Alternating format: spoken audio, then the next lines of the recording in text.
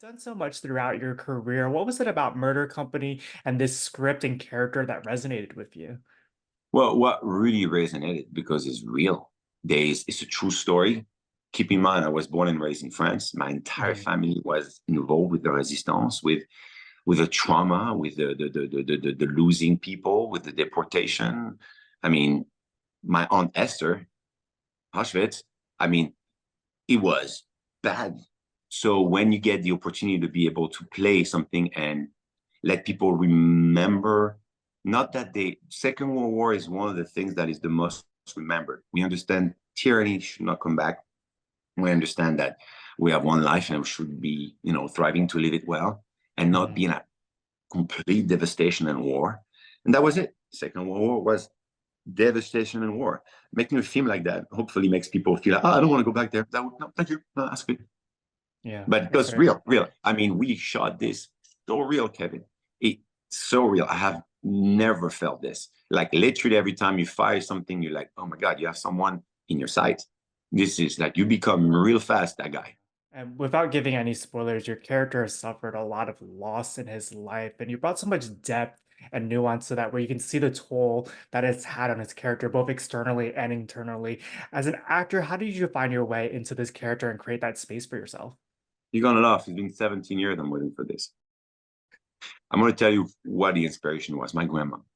Mm, My grandma was a bit aloof, never smiled. She was not someone that jokes or anything. She was hard, violent because she was PTSD.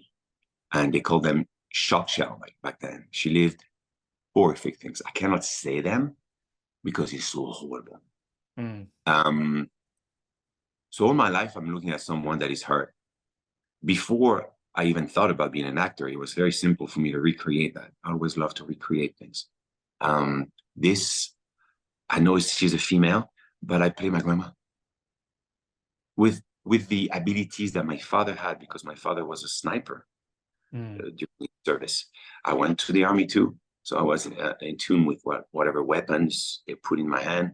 And we have, of course, the special forces of Bulgaria to help us with the character and whatnot, to be very accurate. But for me, everything got very blurry every time I heard action. Every time I was this person whose soul was crushed and now only have one thing, the only light of his life was to kill somebody. Mm, So that's deep. That's yeah, it doesn't he appreciate the fact that he was rescued, but now he has a mission. And even the yeah. general in America understand that he's the guy who can do the job. That's the story. Man, it's really powerful. I'm very appreciative of the director, of the producer, and to actually offer me this job. You're absolutely captivating in this. And just like you were saying, similar to yourself, Shane, the director, also, this is a very personal story to him as well. What was like getting to collaborate with him and bring this vision to life? And is there a different weight to a project like this, given how personal it is for you? Yeah, you need to be one with the director because we don't have 5,000 years to shoot it. We have 5 minutes with this is you and this is the script and make it as real as possible. And Shane had the vision. Shane is like, oh, if I do this, it's gonna look proper. Man, I watched the film on my iPhone Hmm. with bad reception, so it was stopping every 5 minutes, right? Because I was at that cabin up in the mountain. But I'll say I um I was looking at, and then I saw a couple of scenes where it really affected me. Yeah. It's the first time in my life I even saw a scene of mine, and I never say that. I'm always so bad with myself. I'm the worst critics I can you can imagine. And I saw that scene, and that scene made me tear. I never happened in my life. Next to my wife with a cell phone like this, I'm like, Hmm. oh man, this guy is in pain, and I literally sucked in the pain of my family lineage. It was Yeah. inside of me the entire time. The entire time, I'm very, very proud of being able to play someone like that. As an audience member, you feel that as well. I got to watch it earlier today. And like you were saying, you also shot this in Bulgaria. And between the scenic design and the costumes, everything is so immersive for audiences. How helpful is that for you, having all those elements as you stepped into this character? You know, you get to set, and I'm always very joyful. I'm not a methodic actor. I don't go like, oh no, I'm Joe Dacker the entire time at the hotel at night. Or, no, with my wife. No, I don't do that. I get I get to the movement. I get to set that I'm thinking. You know, I'm watching stuff from war. I'm studying while doing it. I put myself into it. But as soon as I start putting the clothes on, the makeup, incredible makeup artist. Um, and then the weapon, and then you sweat, and then you're in the dirt.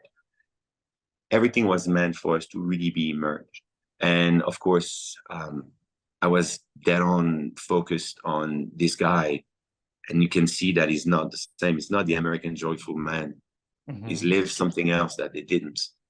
So I am trying to portray it as much as possible for the audience to understand. Say, yeah, I also will die. I don't care of dying. You do that to my family, I don't care of dying. Go ahead, kill me. Be careful, I'll kill you first.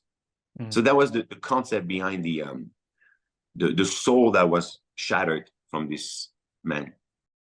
And there's a touching moment where you reveal to the other soldiers why you're doing what you're doing. That chemistry is so palpable on the screen and so electric to watch. But many of these characters are discovering each other for the first time. How are you all able to build that bond on such a tight filming schedule? Um, Simply by not going home at night. You at the same hotel. You feel you Mm, learn how the other live. You know if their parents are alive. You know you're starting to know their lives, and you see me what I do, huh? Maybe not others. And you go out, you have a drink, you relax, shit, you get drunk, whatever you do with them, you become one. And then when you get to set, you know that dude. You know that dude. You know, yeah. with Pooch, for example, we were talking about, I was giving information of what I know from France in 1944, from what I heard. And I was telling Pooch, it's dangerous for you here in America, in France. It is Mm, deadly dangerous. You are the light in the darkness here, the opposite of if you may. You be very careful. Character wise, it's going to be tough because you're already in the place where they don't want you in America, they don't want you here. So, all that we were talking about it. So that's what helps quite a bit when it comes down to be on set and then action. We know where we are and we know each other. yeah. And Pooch has that beautiful scene in the film as well, where he talks about the fact that he's an outsider there. And I've got one final question for you. I think I have time for one more question, Please, but please don't worry about it, Kevin. you've worked on projects of all sizes. What is it about independent filming that excites you, not only as a storyteller, but as an artist as well? I'm going to tell you straight up. You go to the director, you go to the producer, you go to makeup artist, you go to anyone, and you say, "Hey, how about this?" Or without being old and all, of course, you're able to bring your creativity to the film a lot more than if it's like a set things where Mm, there's 19 big wigs that thinks that their mind is much better than yours. I don't know. It was a camaraderie. Independent film gives you the opportunity to be the artist you are. yeah, If I say so, like that, yeah, that's it. yeah. You have freedom to say things, to move, to try. There's a lot of things I tried. During that Mm, scene you talk about, I literally see my kids and my wife dying. Literally, I was immersed. I'm in a place that was bombed. I'm not kidding you. I was in Bulgaria in a place that was completely dilapidated, and you have soldiers around bleeding. I mean, you cannot be set in a more better way to be able to act in a way that you don't realize is acting. mm. And I love that. I love. Thank you, Shane. It was great.